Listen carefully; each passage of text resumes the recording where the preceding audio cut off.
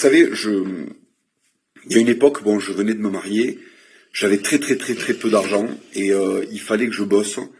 J'avais 2 boulots par semaine. J'enchaînais les missions de sécurité et j'enchaînais les missions intérim de déménagement. Donc je faisais un peu plus de 35 heures en déménagement et je faisais 32 ou 33 heures en sécurité à peu près. Et c'était des boulots qui étaient pénibles parce que dans la sécurité, vous avez affaire à des gens qui sont irrespectueux, vous devez répéter 1000 fois les mêmes trucs, vous voyez des comportements, moi j'étais dans l'événementiel, vous voyez des comportements qui vous fatiguent, des types qui sont complètement éteints et puis dès qu'ils se mettent à picoler, se permettent tous les outrages. Parce qu'ils sont trop lâches pour se les permettre quand ils sont à jeun. Ou les opportunistes qui essaient de tripoter les gonzesses quand elles sont saoules. Bon, j'ai assisté à des comportements extrêmement médiocres pendant très longtemps, et ça m'a beaucoup usé le cerveau. Et j'avais le sentiment de pas être à ma place. Et c'est pareil dans le déménagement. Je voyais comment se comportaient certains clients, l'exigence qu'il y avait avec zéro pourboire derrière, des mecs qui nous cassaient les couilles. Leur déménagement coûtait 6500, 7000 euros. C'était entièrement pris en charge par leur boîte, par exemple Airbus. C'était des gens qui avaient des salaires avoisinant les 4, les 5000 euros, et il y avait absolument aucun pourboire. Le mec qui t'avait fait plier ses slips, déplacer 25 fois le meuble pour qu'il soit exactement centré, des trucs qui dépendaient pas d'ailleurs des missions qu'on avait à faire. Le déménagement leur avait coûté 0 € et il y avait même pas la classe de donner un petit quelque chose, de proposer un café, même sans parler de pourboire, de proposer un café. Il y a des gens chez qui vous allez, vous faisiez 3 jours de déménagement, on vous proposait même pas un verre d'eau pendant 3 jours. Bon, ce genre de choses, si vous voulez, vous fait perdre foi en l'humanité quand même. Et puis alors c'était pas le cas dans le déménagement parce que j'étais vraiment entouré de braves types, mais c'était plus le cas dans la sécurité. Vous avez toujours des sous-chefs, des médisants, des merdes humaines, des types qui vous demandent avec un budget de Clio d'avoir un résultat professionnel de Rolls-Royce, quoi. Voilà, c'est-à-dire qu'il va payer pour 3 agents de sécu alors qu'il lui en faudrait 10, et après il va déplorer que il y ait des problèmes lors de son événement. Bon, je vous passe les détails, les gens qui font la sécurité savent de quoi je parle. Et donc je vous parle de ça parce que je me fâchais dans ces boulots, je me fâchais avec mes chefs. Je me fâchais avec les clients, je me fâchais tout le temps. Mais c'était des périodes où je supportais pas ma vie. Parce qu'en fait, il y avait des mecs qui étaient des merdes, qui me donnaient des ordres, ou qui me parlaient mal, ou qui méritaient pas de me donner des ordres, ou qui méritaient pas de me parler mal. Et dans une société saine, les pénibles, vous pouvez le leur dire, ou leur faire sentir sans perdre votre boulot. Et j'avais besoin de mon boulot, j'avais pas de pognon, j'avais ma femme à la maison, fallait que je fasse les courses, fallait que le week-end je l'amène faire le Buffalo Grill et le cinéma de bonne aloi. Bon, il fallait pas que je perde mon boulot. Et je prenais sur moi. Je faisais des sparring avec des mecs de 100, de 110, parfois de 115 kilos. Et je me disais, putain, je boxe avec des types comme ça. Et je me fais mal parler par des merdes, quoi, du tertiaire, avec des doigts frêles et des gueules qui racontent rien. Et c'était insupportable. Et c'était une période où je buvais beaucoup plus. Et c'était pareil au déménagement. C'était un boulot difficile, donc je buvais, je fumais un peu plus de cigares et tout ça. Et en fait, je m'empoisonnais. En réalité, je m'empoisonnais parce que la vie était insupportable. Je n'avais pas envie de me l'avouer parce que psychologiquement c'était très violent. Donc je trouvais un dérivatif, déjà pour calmer pour calmer mes peines, et puis pour quelque part inconsciemment achever le boulot que ces types-là avaient démarré en fait. Vous finissez parce qu'ils vous finissent en fait. Et ce qu'il y a eu de bon toute ma vie, c'est que j'arrivais à certains points où j'en pouvais plus en fait. J'arrivais à des points où ça y est, je disais au mec, allez va te faire enculer quand c'est bon, allez je me casse. Et la vie, je perdais mes boulots, et la vie m'amenait toujours une option. La vie que moi j'appelle Dieu en fait, hein. Il y en a qui diront le cosmos, le hasard. Dieu m'amenait toujours une solution. Parce qu'en fait, le cosmos, la vie, Dieu, pensez comme vous voulez, moi je devrais dire Dieu, mais bon, comme je sais qu'il y en a, ils ont du mal avec ça. Pour pas vous effaroucher, j'inclus les 3 termes. Mais en fait, c'est Dieu. Voilà, c'est Dieu. Donc Dieu m'a mené toujours une solution. Il m'a mené toujours au moment où tout semblait s'écrouler. Il m'a mené quelque chose qui me récompensait d'avoir privilégié la liberté. Il m'a mené une solution qui me récompensait de ne pas avoir tergiversé avec l'intégrité de mon âme. Vous comprenez ce que je veux dire ?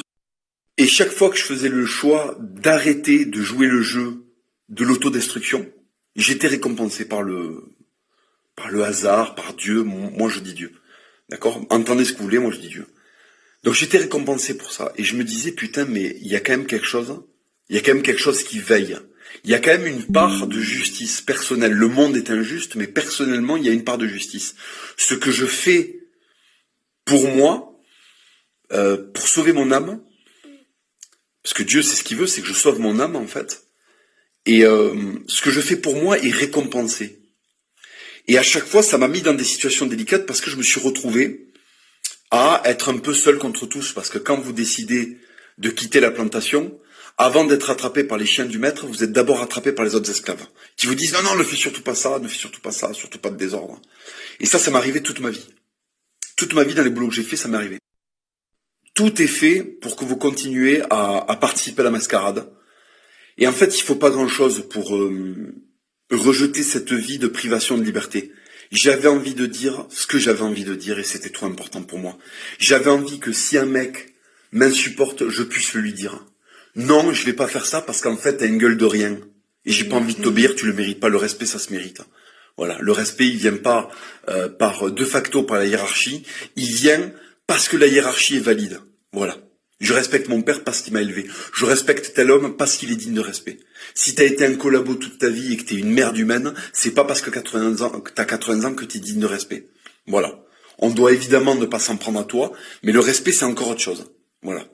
Et si vous voulez, le fait de refuser de vous plier à des choses qui vous détruisent, vous amène à avoir une vie de plus en plus confortable. Parce qu'en fait, vous prenez tellement goût à la liberté que plus rien ne doit entraver cette liberté. Et c'est ce qui m'a amené à dire ce que j'ai dit sur Internet et à faire ce que j'ai fait sur Internet, en fait. C'est un message que je reçois souvent, ça. Putain, t'as eu les couilles de dire ci, t'as eu les couilles de ça. Moi, mais j'aurais pas pu faire autrement. Je n'aurais pas pu faire autrement. Je serais mort ou je serais malade. C'est ça que je voulais vous dire quand je vous ai parlé de la maladie en début de story. J'en serais devenu malade. J'aurais eu des problèmes cardiaques. Vous savez que le dernier boulot que j'ai quitté avant de me lancer sur Internet sans parachute, je n'avais aucun parachute. Le dernier boulot que j'ai quitté, je l'ai quitté parce que je faisais de la tachycardie, je suis allé aux urgences et en fait j'avais rien, mon cœur fonctionnait bien. Et la femme m'a dit, vous avez fait une crise d'angoisse. Mais j'avais jamais fait de crise d'angoisse de ma vie. Parce qu'en fait j'étais en train d'arriver à la trentaine, je faisais des boulots qui me plaisaient pas, j'avais des chefs qui me plaisaient pas et j'étais en train de crever sur place. Elle est là la vérité.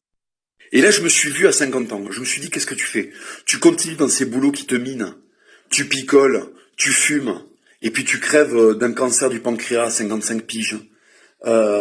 Tu crèves d'un cancer du côlon à 40. Tu crèves d'une crise cardiaque, d'une attaque cérébrale. Mais c'est hors de question. Je me suis dit, c'est hors de question. Je peux pas prendre ce chemin-là. Je suis en train de me tordre, je suis en train de tordre mon âme. Et aujourd'hui, j'ai une vie de liberté que j'ai durement gagnée. Je l'ai durement gagné. Parce que je n'ai pas cédé aux injonctions, je n'ai pas cédé à la facilité. C'était dur au départ, ça facilite la voie aujourd'hui. Ma vie est facilitée parce que je me la suis compliquée avant.